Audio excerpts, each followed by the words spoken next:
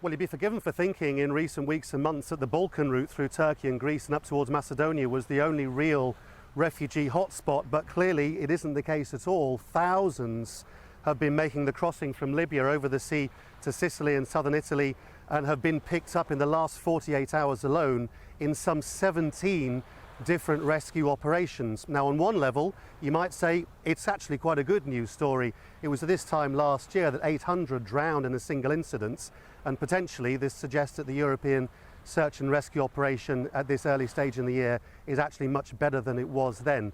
But for all that, Italy in particular is very worried about the numbers potentially that this assumes will be coming throughout this year. They've complained bitterly that they haven't been given anything like enough money from the European Union to look after these people. They've watched the EU give Turkey €3 billion to keep people out, and a lot of officials here are very angry about all of that. But there's a further controversy too, and it concerns what happens to all the new arrivals when they get here, and this form that they're asked to fill out, because many of the new arrivals and their lawyers are asserting that the Italian authorities are trying to bounce or trick new arrivals into signing away their own asylum claim by admitting that they're actually economic migrants.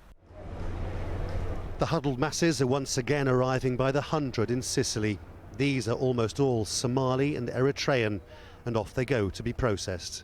But soon the authorities will want to know what their story is, and that's becoming controversial.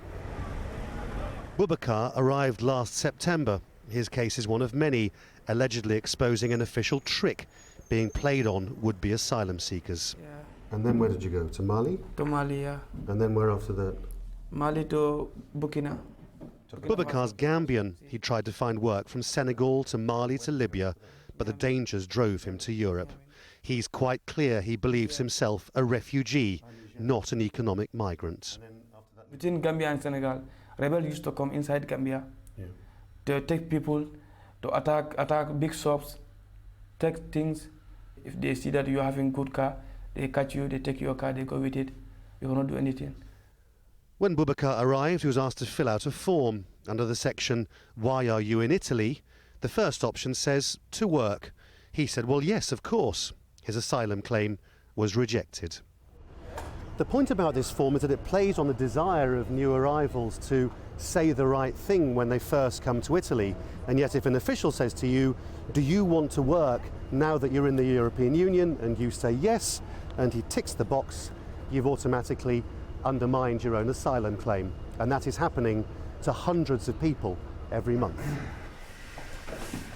BUBAKARR's lawyer says it's designed to make asylum seekers sign away their own claim. They were asked if they want to work in Italy, and they said yes, sure. So they were classed as economic migrants, not asylum seekers. We have also met many unaccompanied children who have been considered as adults and rejected. Those whose claims fail are not deported, but are stuck.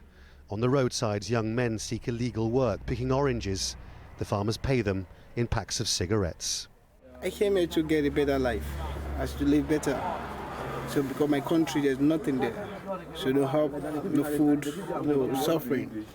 So that is the reason I came up there to this place. We asked the authorities what they had to say, but nobody was authorised to talk to us.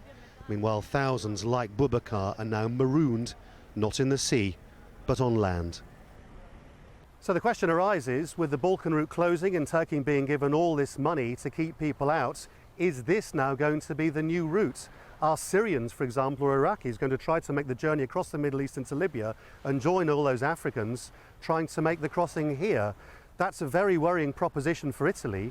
And I think it's a bigger concern too for the European Union, because remember, only last November the EU offered the African Union €1 billion to try and keep people out, and clearly at the moment that hasn't made any difference at all.